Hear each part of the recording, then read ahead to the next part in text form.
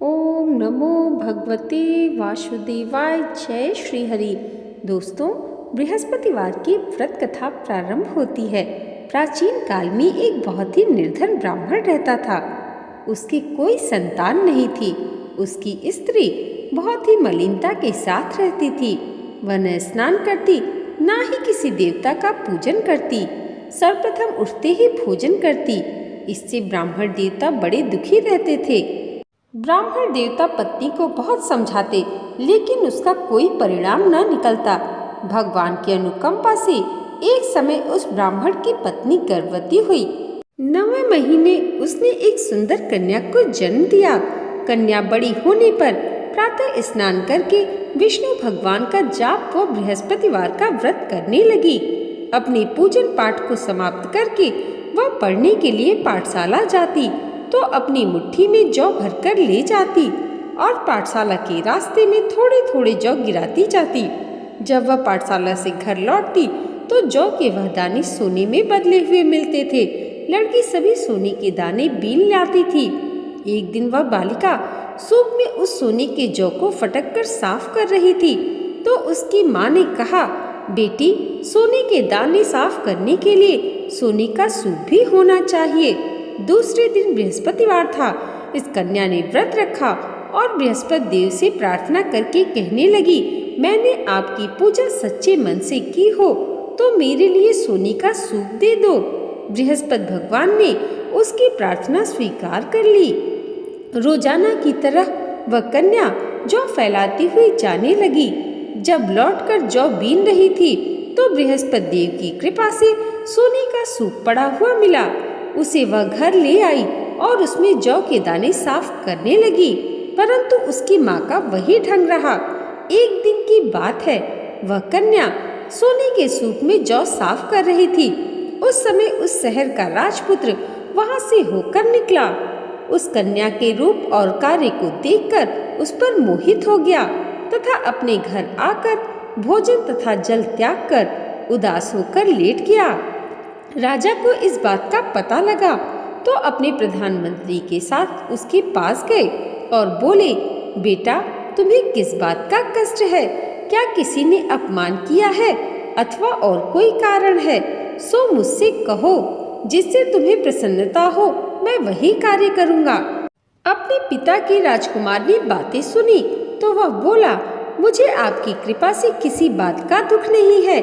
किसी ने मेरा अपमान भी नहीं किया है, परंतु मैं उस लड़की से विवाह करना चाहता हूँ जो सोने के सूप में जौ साफ कर रही थी। यह सुनकर राजा आश्चर्य में पड़ गए और बोला, हे बेटा, इस तरह की कन्या का पता तुम ही लगाओ, मैं उसके साथ तुम्हारा विवाह अवश्य ही कर दूंगा। राजकुमार ने उस लड़की के घर का पता बतलाया। तब मंत्री उस लड़की के घर गए और ब्राह्मण देवता को सभी हाल कह सुनाया। ब्राह्मण देवता राजकुमार के साथ अपनी कन्या का विवाह करने के लिए तैयार हो गए तथा विधि विधान अनुसार ब्राह्मण की कन्या का विवाह राजकुमार के साथ हो गया। कन्या के घर से जाते ही पहले की भांति उस ब्राह्मण देवता के घर में गरीबी का निवास हो गया।